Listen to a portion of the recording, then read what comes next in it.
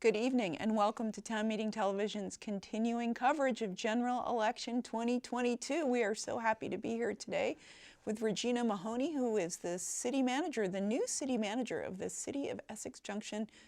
Welcome, Regina. Nice to meet you. Yeah, thank you so much for having me. I really appreciate it. So we were talking that you've been doing this job for about a month. Yes, just over 4 weeks. So, but you're not new to Chittenden County.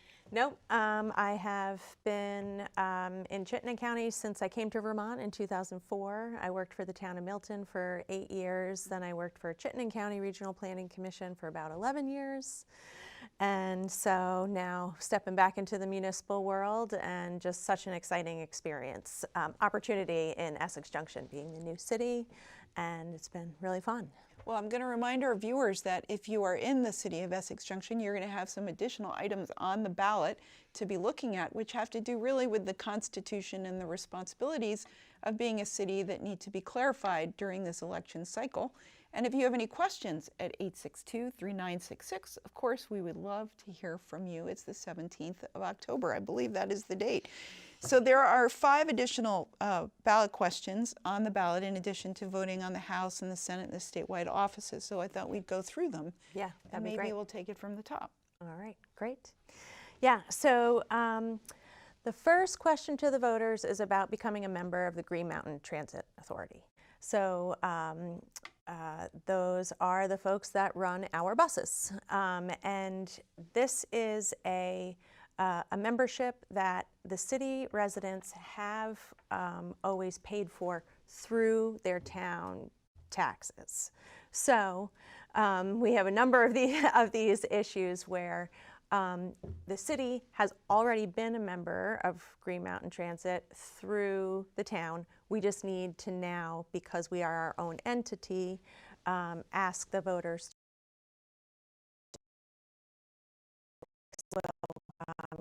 a seat at the table of the governing board of Green Mountain Transit, and also there is a cost to being a member and getting that bus service. Again, that cost has already sort of been in the works. It's just been through the town. And we don't know the exact number of what FY24 budget number is going to be for being a member of GMT on our own. But that number will get worked out over the next few months and will be in the budget for the voters to vote on in the spring. So let me just ask you a question that's somewhat related to this, because we're going to go through some of those other regional bodies. Mm-hmm. What about the city's role in regional planning or the solid waste district? Do you have a seat now in those bodies, and do those questions require ratification?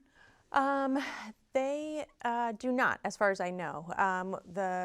Both the city and the town have had a seat at the Chittenden County Regional Planning Commission all this time. We will continue to have 2 separate seats going forward. I should know the answer to that on the solid waste district, but I don't know the answer. So as the village of Essex Junction, yeah. Essex Junction had party status or a seat at the table of many of these regional bodies, and that didn't really change in the past couple of years, I imagine. Yeah, so currently we still, at least certainly from the budget perspective, we're still members of these 2 bodies.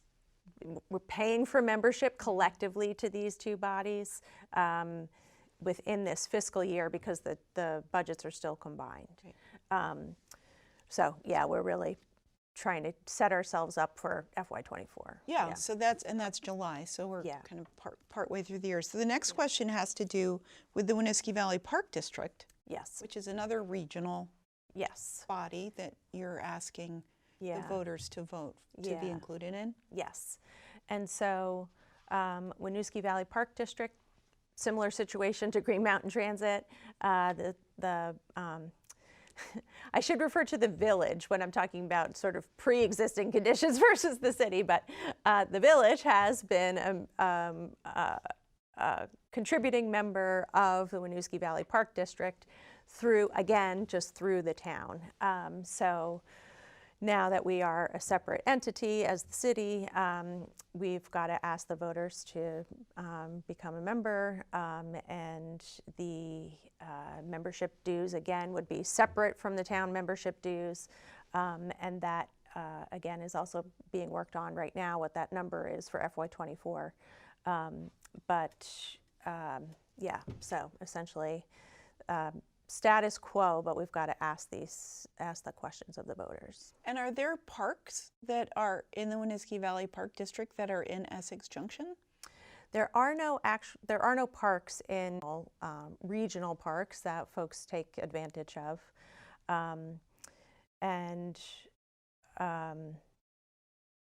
yeah, I mean, I think I think in terms of that's sort of the pros and cons, you know, the yes and no situation with this question is if the voters vote no, we wouldn't be a member. If they vote yes, then we'll be a member, we'll have a seat at the table, and we'll continue to pay dues, but they'll just be separate from the town. So I imagine when you think about the city being part of these regional assets, in effect, it's because we are part of a region, and Vermont local government isn't really by nature county-based, right? So in other places, we have this kind of these localities that really rule, and we've created these regional agreements, not because we're county-based government, right? You could maybe say something about that, having been on regional planning for so long at that as a staffer. Yeah, there are, you know, a number of municipal districts that have been created over time when it's made sense to address a particular utility or need more at a regional scale than a local scale. Champlain Water District would be an example. Chittenden Solid Waste District is an example. Certainly the bus service is an example as well. It's not, transit is very expensive, and it's not something that likely an individual municipality would take on their own. And it might be interesting to know that Town Meeting TV is actually a regional asset. Yeah. Yeah, it's shared by 7 municipalities in the region, and the funds come from the cable subscribers by way of the cable company. So it's a solution of people entities joining forces in order to create a pool of resources that allows a regional asset to be enjoyed. Yeah. Imagine. And then this next question about the Communications Union District is the creation of a new regional body, and that's a question for the voters. So why don't we look into that one and tell us what they'll be voting on and what the pros and cons? Yeah, so thanks for pointing that out. This is definitely new situation. The communication union districts, there are a number of them throughout the state. They are put in place to try to get high-speed broadband access to all those in the state of Vermont that are not currently served. That definition of who's served and underserved really depends on if you are cable service and the speed of that is 25 up, 3 down. That in accordance with the way the program is laid out now, you're served. You may not have the best of the best internet, like fiber speed internet can get you, but you are served. The communications union districts are set up to ensure that all folks who are not served by cable, so even less, they are, you know, DSL or not served at all. The structure is set up to ensure that those folks don't continue to be left behind and not served by providers at all. And the goal of the state funding is that serving folks from here on out should be at a fiber service, 100 up, 100 down technology. Chittenden County currently doesn't have a communications union district. There are other communications districts set up throughout the state. We're not the only region that doesn't have one, but and there are other ways to access some of the state funding to make this, to make the fiber build out happen. For example, in the southern part of Chittenden County, Waitsfield-Champlain Telecom has been able to access some of that funding directly because they meet the small service provider category. And so this question is being asked in South Burlington, Williston, Jericho, and Essex Junction. Apologize, I might be missing somebody there from that list. But essentially, the question is in front of the voters to set up this communications union district. The result would be that those towns could create one. Once it's created, other towns could join it if they want to with a vote of the legislative body. And essentially, it would be more of, again, a regional collective voice in figuring out who are the providers that could come to the table to help serve folks who are underserved, because again, that's the priority of the state, but also because the majority of our region is served by cable, it opens up the opportunity to figure out how to get those folks covered by potential fiber service. So I have a couple questions. Yeah. One, when you say underserved, is that definition that the lines have not reached them, or that they can't afford service that's going by their house? That's a great question. My understanding of it is it means that the lines haven't gotten there for various reasons. Sometimes it's far down a very long road, and the I'll say lack of density of the homes on the road have never made financial sense for a company to figure out how to go down and serve it. It could also be just a very complicated underground infrastructure that's very difficult and financially hard to access. A number of different things that could be part of the challenge, but really those folks are underserved, meaning the line is not coming to them. So how much of Essex Junction is not served by infrastructure?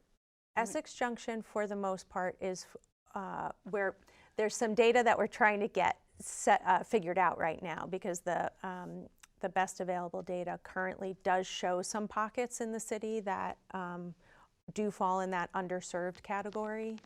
At the moment, we think those might be anomalies in the data, because it seems odd that they wouldn't be served. So we've got some data points to figure out. And I should just mention that the state, through the Vermont Community Broadband Board, has been able to put some funding towards a business plan model and looking at the financial model that could work for these areas in Chittenden County. So that work is underway at the same time. So there will be a lot more known in terms of how to get folks covered in this region than we know today. The thinking of putting this forward to the voters is just that this mechanism, this municipal entity mechanism, is likely the best way to get. What's in it for the city if most people are already served? Yeah. So for the folks who are on cable, this can create some more competition in the region and just provide some hopefully additional choice in terms of how you might want to get your internet service. In Essex Junction, Burlington Telecom has already been able to come into Essex Junction, and so they certainly have plans that they're there, and that will be creating some competition for Essex Junction already. So there are many opportunities of how to solve this problem. this is certainly one that can just be really helpful to figure out a collective voice to work with the state and to work with the other municipalities to figure out the best financial plan and model and business model going forward. So unlike the Transit Authority and the Winooski Valley Park District, there's no dues attached to this at this time. This is just agreeing to be part of an alliance. Correct. And in the state of Vermont, you can't use taxpayer money to provide internet service, to provide broadband service. So there won't be a financial implication on residents if this vote is a yes.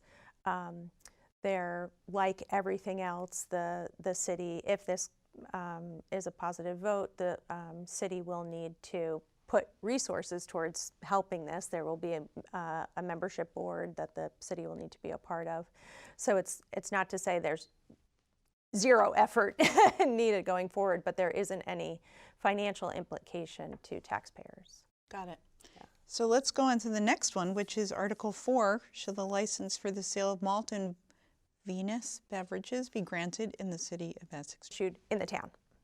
And so again, we have folks who serve these things already in the city, but you know, in our Dillon's rule state, we've got to make the decision ourselves whether we want to issue these licenses now that we're on our own. And if this vote is a yes by the majority of the voters, we will move forward to issuing those licenses ourselves, like many other municipalities do, through a local liquor board, and go from there. And so I don't know if most folks know how this works, but you get a license from the state, and then you also get your license at the local level as well. So this is similar to Articles 1 and 2 in the sense that as it impacts an actual resident,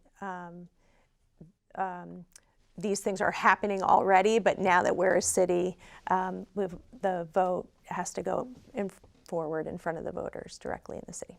And do all of these Articles 1 through 5, are simple majorities? 51%? That is a good question. I believe so. I'm not positive, but I believe so. Yeah. Yeah. So these are going to appear on the ballot. Yes. And there's also another item, which is the MRF. Yes.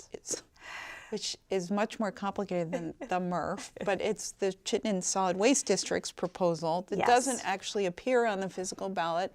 It's a separate ballot, and it wasn't mailed if you got your ballot in the mail, and you have to obtain it separately. Yes. So could you tell us about that ballot question and remind people how they can obtain that ballot so they can vote on it, because it's a very important and, in my mind, extremely exciting ballot question, because I have seen the people hand sorting or recycling in this Dickensian structure that is cold in the winter and hot in the summer and noisy, and we need something that's automated. So please tell the voters what is in store for them. Yes, so the Solid Waste District has a question for a general obligation bond for a new recycling facility, a much more modernized recycling facility. You can go to the ballots on election day, and the ballot will be there for you to fill out. But if you want it beforehand to fill out, you've got to request it specifically from Chittenden Solid Waste District. So you can go to their website, cswd.net, and I'm not sure of the specific steps of how you request that ballot. It's on their website. So yeah. But the clerk, but you don't call the city clerk for it. Correct. Okay. Yeah. You call the Solid Waste District, or you come and vote on the 8th of November. Yes, I believe so. And could you be just a little more specific? It's a new recycling facility, but can you describe why this is important and why it's worthy investment? Yeah, so my understanding, and this is in conversations back at when I worked at Chittenden County Regional Planning Commission, is that there are so many opportunities for reusing our recyclables and repurposing them and marketing them into other products. But if you can't successfully sort all those very specific different types of plastic, we are missing out on the opportunity of being able to sell those and repurpose them back into the market for other products. And so this facility really helps. And for me, it's a little bit hard to imagine that a computer could sort them better than a human could sort them. But there's, I guess, very specific depths and differences between the plastics, and the more modern facilities have the ability to really sort that through a whole new system. Yeah, and it's just, have you seen those people sorting? Hand sorting? You know, I think I have, but it's been a very long time. But if you've ever seen it, you will never forget it, because it is a conveyor belt of all the things that we have failed to sort properly, and then we just put in our bins, tops that we've kept up. I mean, all these things that we do in a very bad way as recyclers. And these 5 men this conveyor belt's going by super fast, and they're putting all the things into the right order, and then if it gets stuck, it stops. And they have to fix it, and it's these little tops, and they have to go in separate holes, and then it starts again. And I'm not kidding when I say it is cold in the winter and it is hot in the summer, and the din is unbelievable. I don't think any human should have to work in that. And if people understood that that was what was happening with their recycling, they would do a better job of sorting their recycling. So I know that you may not be able to advocate actively for any of these, but I am advocating actively for that one. So I hope everyone gets their ballot or shows up on the 8th to vote, because I'm going to go just to vote for that, because I've already put in my other ballot. All that being said, Regina, thank you for joining us. Any last words for the voters of the city of, I mean, how exciting is that? They're voting as city residents. Yeah, it is very exciting. And yeah, we're in the process of working on putting together the first city budget, the FY24 budget. So voters will be seeing that in April.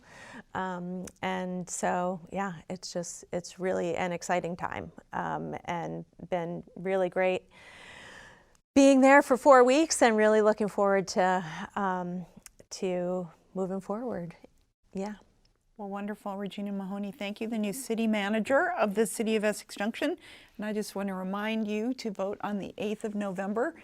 And if you haven't received your ballot in the mail, if you have received it, feel free to vote from home, except you have to get your hands on the Chittenden Solid Waste District ballot.